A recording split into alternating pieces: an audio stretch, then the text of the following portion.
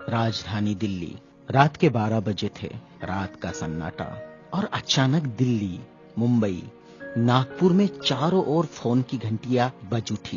राजभवन मौन था, संसद मौन थी, राष्ट्रपति भवन मौन था।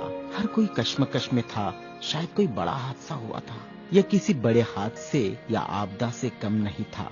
कोई अचानक हमें छोड़कर चला गया था, जिसके जाने से करोड़ों लोग दुख भरे आंसुओं से विलाप कर रहे थे। देखते ही देखते मुंबई की सारी सड़कें भीड़ से भर गई। पैर रखने की भी जगह नहीं बची थी मुंबई की सड़कों पर, क्योंकि पार्थिव शरीर मुंबई लाया जाना था और अंतिम संस्कार भी मुंबई में ही होना था।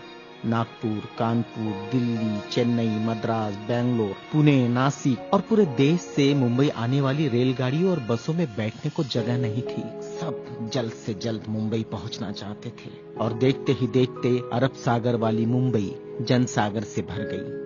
कौन था यह शख्स जिसके अंतिम दर्शन की लालसा में जन सैलाब रोते बिलखते मुंबई की ओर बढ़ रहा था? देश में यह पहला प्रसंग था जब बड़े बुजुर्ग छोटे छोटे बच्चों जैसे छाती पीट पीट कर रो रहे थे। महिलाएं आक्रोश कर रही थी और कह रही थी, मेरे पिता चले गए, अब कौन है हमारा यहाँ? चंदन की चिता पर जब उसे रखा गया तो लाखों दिल रुदन से जल रहे थे। अरब सागर अपनी लहरों के साथ किनारों पर थपकता और लौट जाता, फिर थपकता, फिर लौट जाता। शायद अंतिम दर्शन के लिए वह भी जोर लगा रहा था। चिता जली और करोड़ों लोगों की आंखें बरसने लगी। किसके लिए बरस रही थी ये आंखें? कौन था इन सब का पिता? किसकी जलती चिता को देखकर जल रहे थे करोड़ों दिलों के अग्निकुंड? कौन था यह जो छोड़ गया था इनके दिलों में आंधिया? कौन था वह जिसके नाम मात्र लेने से गरज उठती थी बिजलियां, मन से मस्तिष्क तक दौड़ जाता था ऊर्जा का प्रवाह? कौन था वह शख्स जिसने छीन लिए थे खाली कासे इनके हाथों से और थमा दी थी कलम लिखने के लिए एक नया इतिहास? आंखों में बसा दिए थे नए सपने, ओठों पर सजा दिए थे नए तराने, धमनियों से प्रवाहित किया था स्वाभिमान अभिमान को, दास्यता की जंजीरें तोड़ने के लिए दिया प्रज्ञा का शस्त्र। चिता जल रही थी अरब सागर के किनारे और देश के हर गांव के किनारे में जल रहा था एक स्मशान। हर एक शख्स की आंखों में और दिल में भी जो नहीं पहुंच सका था अरब सागर के किनारे, एक टक देख रहा था वह उसकी प्रतिमा या गांव के उस झंडे को जिसमें नीला चक्र लहरा रहा था। क्या बैठा था भूख प्यास भूल कर अपने समूह के साथ उस जगह जिसे वो बुद्ध विहार कहता था? क्यों गांव शहर में सारे समूह भूखे प्यासे बैठे थे उसकी चिता की आग ठंडी होने का इंतजार करते हुए? कौन सी आग थी जो वह लगाकर चला गया था? क्या विद्रोह की आग थी या थी वह संघर्ष की आग? भूखे नंगे बदनों को कपड़ों से ढकने की थी आग? असमानता की धज्जियां उड़ाकर समानता प्रस्थापित करने की आग? चवदार तालाब पर जलाई हुई आग अब बुझने का नाम नहीं ले रही थी। धू धू जलती मनुस्मृति धुएं के साथ खत्म हुई थी। क्या यह वह आग थी जो जलाकर चला गया था वह? सारे ज्ञानपीठ, स्कूल, कॉलेज मरुभूमि जैसे लग रहे थे। युवा युवतियों की कलकलाहट आज मौन थी। जिन्होंने हाथ में कलम थमाई, शिक्षा का महत्व समझाया, जीने का मकसद दिया, राष्ट्र प्रेम की ओतप्रोत भावना जगाई, वह युगंधर, वह प्रज्ञा सूर्य काल के कपाल से ढल गया था।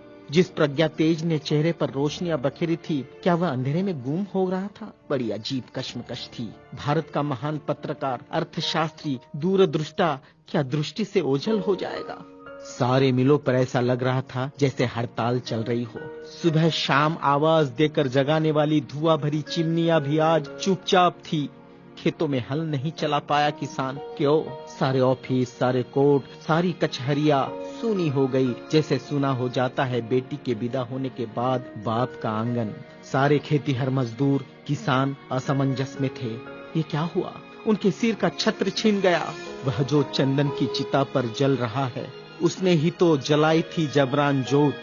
मजदूर आंदोलन का वही तो था आधुनिक भारत में मसीहा। सारी मिलों पर होती थी जो हड़तालें आंदोलन अपने अधिकारों के लिए, उसकी प्रेरणा भी तो वही था जिसने मजदूरों को अपना स्वतंत्र पक्ष दिया और संविधान में लिख दी वह सभी बातें जिन्होंने किसानों, खेतीहारों, मजदूरों के जीवन में खुशियां बखेरी थी। इधर नागपुर की दीक्षा भूमि पर मातम पसरा था। लोगों की चीखें सुनाई दे रही थी, बाबा चले गए, हमारे बाबा चले गए। आधुनिक भारत का वह सपुत्र है जिसने भारत में लोकतंत्र का बीजारोपण किया था, जिसने भारत के संविधान को रचकर भारत को लोकतांत्रिक गणराज्य बनाया था, हर नागरिक को समानता, स्वतंत्रता और न्याय का अधिकार दिया था, वोट देने का अधिकार देकर देश का मालिक बनाया था।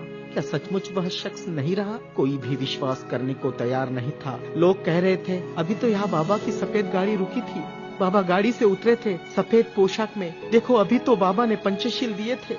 22 प्रतिज्ञाओं की गूंज अभी आसमान में ही तो गूंज रही थी। वो गूंज शांत होने से पहले बाबा शांत नहीं हो सकते।